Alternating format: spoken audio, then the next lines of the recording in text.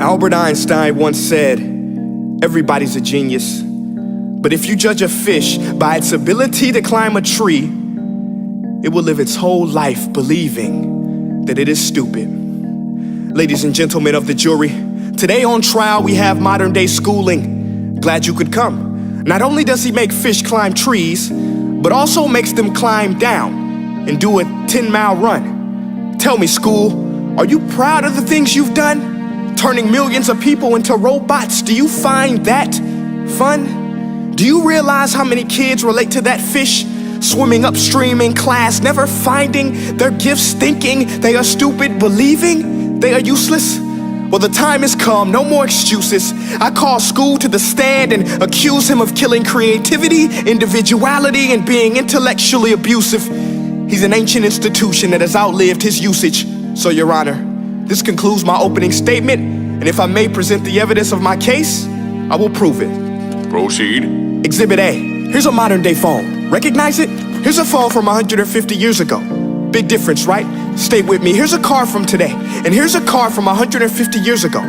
Big difference, right? Well, get this. Here's a classroom of today, and here's a class we used 150 years ago. Now, ain't that a shame? In literally more than a century, nothing has changed. Yet you claim to prepare students for the future? But with evidence like that, I must ask, do you prepare students for the future or the past? I did a background check on you and let the record show that you were made to train people to work in factories, which explains why you put students in straight rows, nice and neat, tell them sit still, raise your hand if you want to speak, give them a short break to eat, and for 8 hours a day, tell them what to think.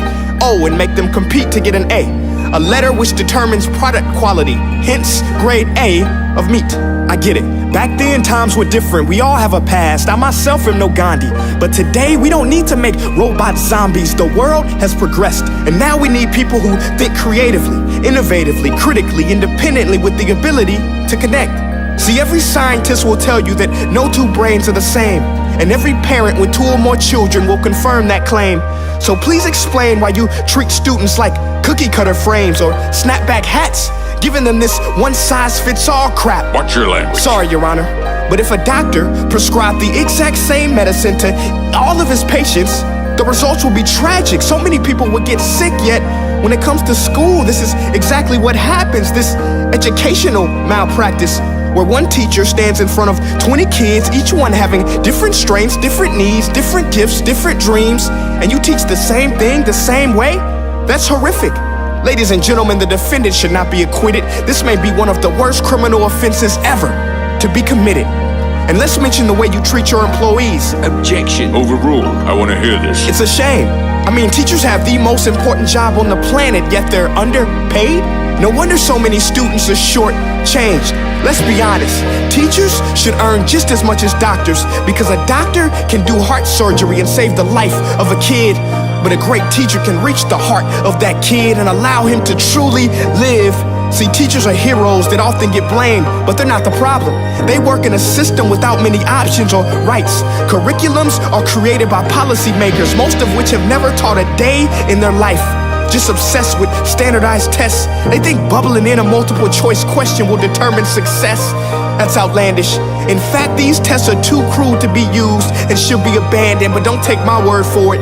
Take Frederick J. Kelly, the man who invented standardized testing, who said, and I quote, "These tests are too crude to be used and should be abandoned." Ladies and gentlemen of the jury, if we continue down this road, the results will be lethal.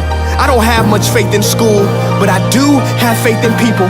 And if we can customize healthcare, cars, and Facebook pages, then it is our duty to do the same for education, to upgrade it, change it, do away with school spirit, because that's useless.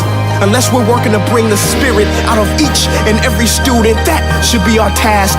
No more Common Core. Instead, let's reach the core of every heart in every class. Sure, math is important, but no more than art or dance. Let's give every gift an equal chance. I know this sounds like a dream, but countries like Finland are doing impressive things. They have shorter school days.